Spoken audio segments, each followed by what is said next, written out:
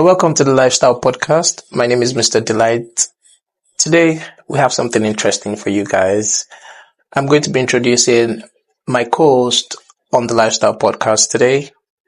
He is somebody fantastic, somebody amazing, and he's also a disco jockey. So, I've got right here with me DJ Fresh Oman.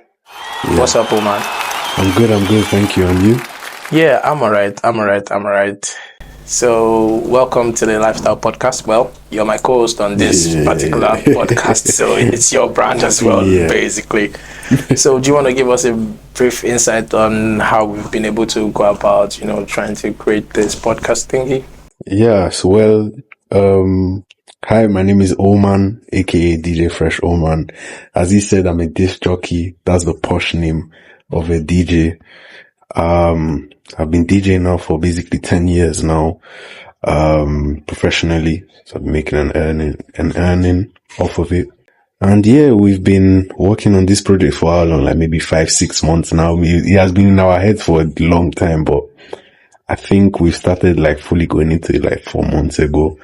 We bought the stuff, we arranged it, so yeah, we've been working on it and we've had like a broad idea of what it was supposed to be, but yeah, I think it's finally coming to fruition. Yeah, that's calm. So guys, forget all this fresh boy thing. My brother was gluing these things to the wall himself, like. I mean, they don't show the video. Come on, we go still show the video. Okay, so, but, we've been locked in trying to create this together. And yeah, so we're going to deviate a bit into, getting to know you as a disco jockey.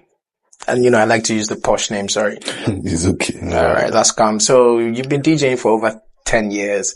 Yeah. So do you want to give us, a brief insight to what actually happens behind the booth, as a DJ, while you're DJing, before you're DJing and route to your location, negotiating with promoters and all that, behind the booth.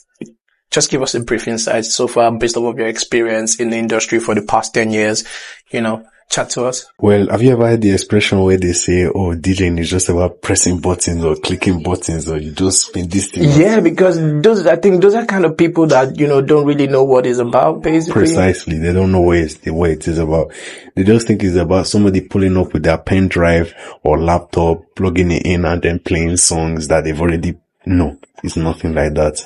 It took me years to get my first gig, years to get experience enough to get to the level that I am right now. I didn't start off being the old man that everybody knows, you understand? I was just a small kid building my experience and building, you understand? So in terms of behind the DJ booth, let me start from when you're getting a gig. So you must first promote yourself on social media, because if you don't promote yourself on social media, nobody will find you. It's just like any other business. So you need to promote yourself, show your value. And then when somebody contacts you for a gig, you need to make sure you know all of the factors in which the gig, So you need to bring your own equipment. What's the crowd that you're playing at? What genres do you have to play? And all those can factor into your payments and what benefits are you getting from the gig itself. And then you can now calculate whether it's worth it or not. Then you have to start planning your set out. That's the part where I'm the most nervous because of the fact that I'm trying to make the best set out. Some people might not be nervous, but I'm somebody that is always nervous. So I always find myself being nervous of making the right set. Am I doing it properly? Yep. So I'm making sure I'm not rushing. Because you're just trying to, strive for perfection, basically. Precisely. Once you get to the gig, you now have to make sure you're playing to the best of your abilities, making sure that you're not nervous, or if you're actually nervous, making sure that doesn't hinder your ability to DJ and perform to the crowd. You need to be able to read the crowd, know what songs to play. Some people make sets, but I don't make sets. I just play everything off the dome as well. And then after venue owners and promoters, they might tell you that, the event, they make it this much money or that much money. We guys pay you smaller amounts and you guys drag the money with them.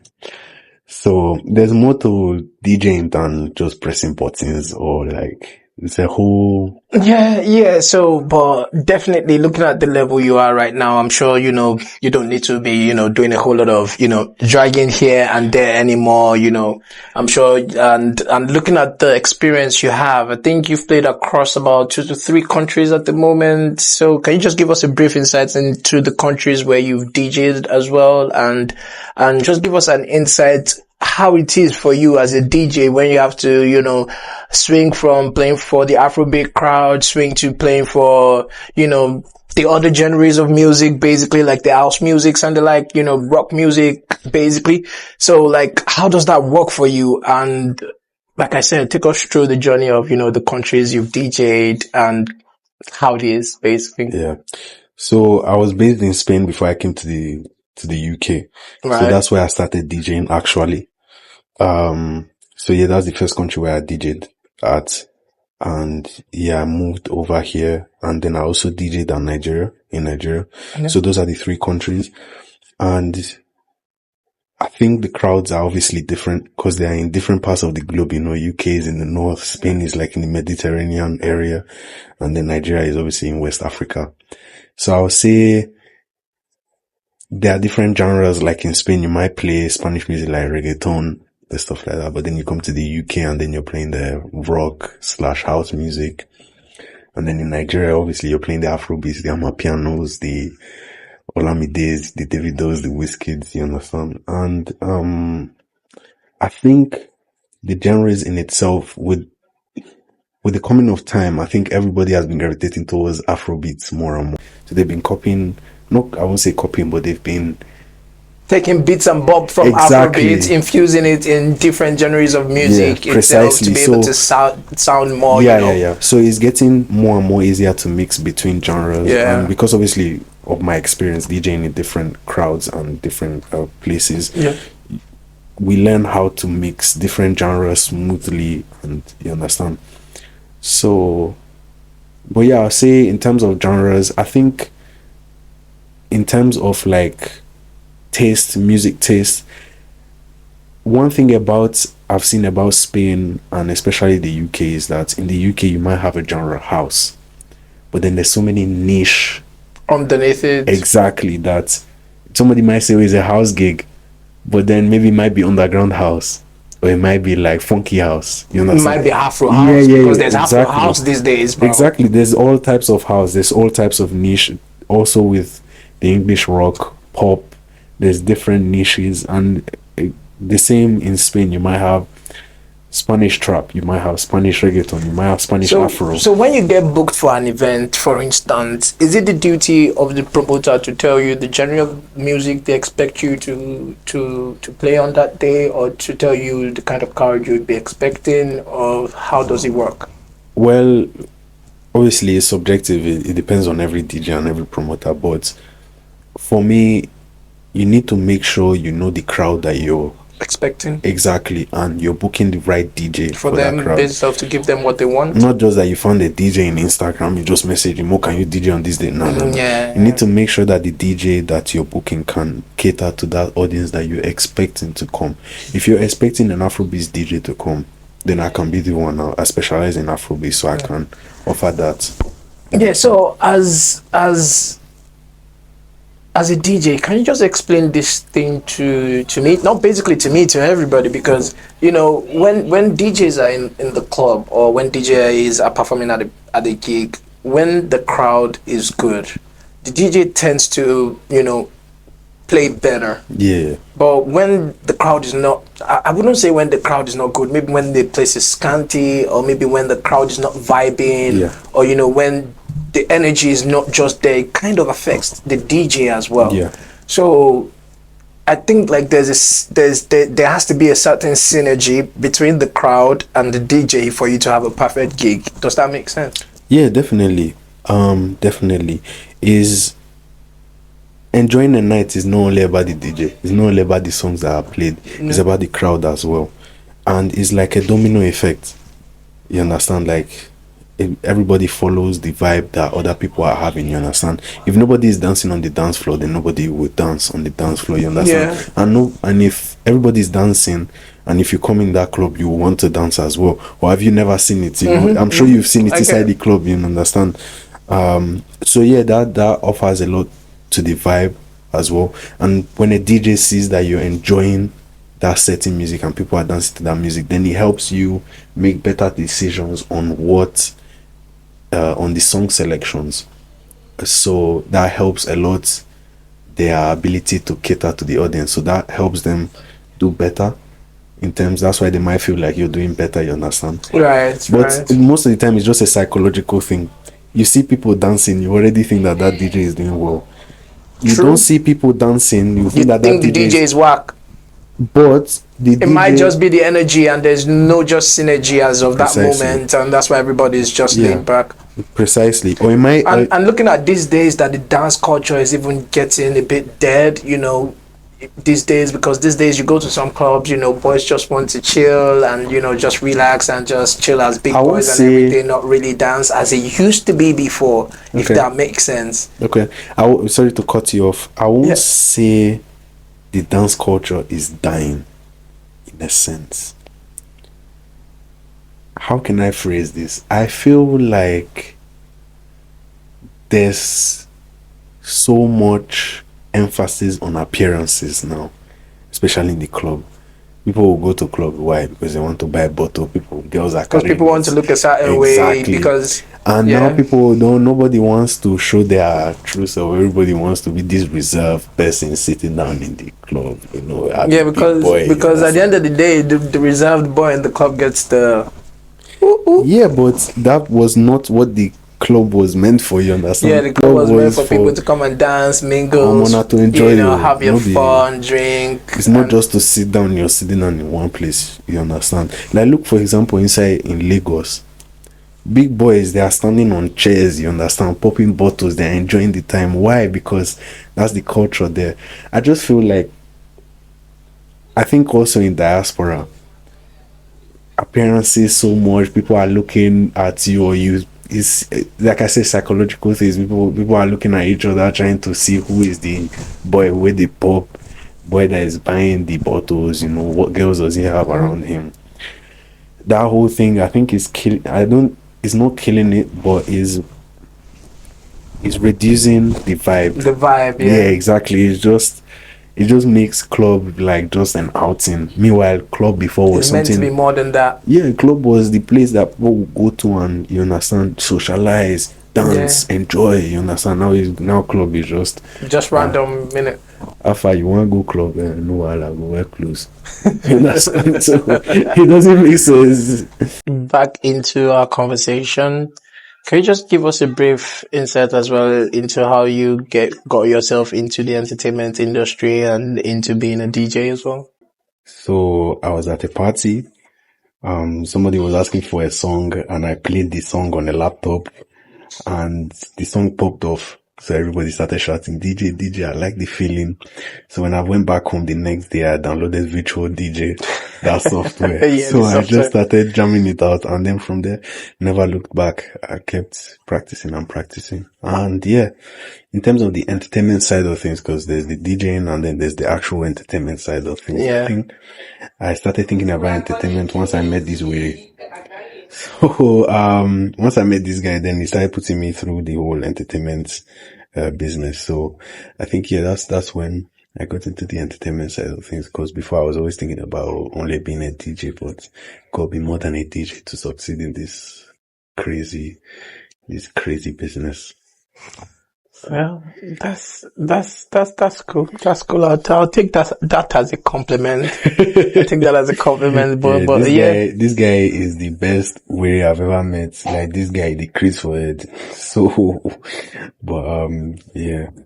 But yeah, how did you find yourself in the entertainment industry? Because I know we've been doing a lot of stuff now, but I've never truly actually asked you how you got into the entertainment industry.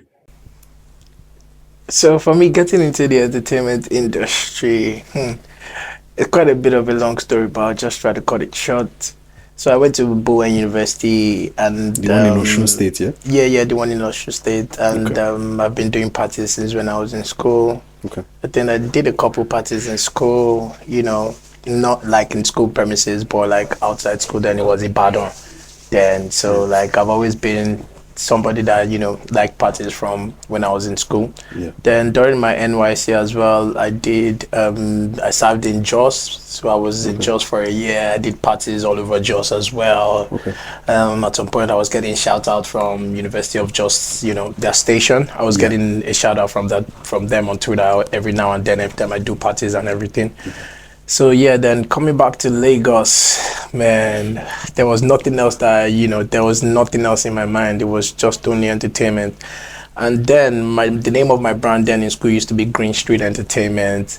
So I used Green Street Entertainment in university. I used that during NYC as well. Then coming to Lagos, I started managing a club in Ikeja GRA. Basically, not really started managing. I started as a PRO. Okay. So from there, I did a PR job for about 6 months. Then I became a manager. Okay. Then so that's basically how I found myself in the whole entertainment frame. Then managed a couple of clubs here, worked with a couple of brands. Well, those are conversations for another day because those are quite deep and long conversations. I just need to ask, Bowen is a private religious university. Yes, so it is. How, for a university that is known to be so prestigious about its religious beliefs and such, how did you find yourself, and did you get into any trouble hosting these parties? So I can't really say I got into any trouble hosting the parties, because for me, I made sure that I scheduled my parties properly, and my parties were scheduled maybe when we were on break, or maybe when we were leaving school. Maybe if we're about to leave school, if we're leaving school like on Thursday or this Friday, trust me, man, there's going to be a party that Friday night in Ibadan or somewhere that boys know low key. So that's always been the culture. That's the culture we met in Bowen as well. There has always been crews and everything. So when we got to Bowen, I just started my own thing. I wasn't part of any crew. The time I just started my own small thing, Green Street Entertainment, and was just flying my own flag and everything. So I did a couple of parties then, but never got in trouble on my end. But there were people who got in trouble for doing parties, though. I wouldn't lie. There were a couple of people who got in trouble for doing parties, and all that. There were parties I went to which I wasn't the person hosting the parties, which people got in trouble for going to that same party as well. Wow. So going to private universities in Nigeria, especially the Christian-based private school, it's a bit, you just have to find a way to, strike the balance till you find your way out, basically. Those people that host events inside university, they know them as bad boys. Were you a bad boy when you were in uni? Well, I'll leave the people to answer that. I wouldn't answer that. No, we want to know now. I wouldn't answer that, but I'll leave, My school is a quite big school, boy, and I'm quite popular. I'm sure a whole lot of people, when this video gets out there, they're going to see that. So I don't know. I can't really say, but I don't know what you guys define as a bad boy in school then, but if anybody knew Tosin Faduba, what was it? Green Street Entertainment. Green Street Entertainment or Delight Entertainment, drop a comment wherever you're watching this. Tell us how bad of a boy this boy was, because I know for a fact this boy is a bad boy for school. Okay. I know for a fact.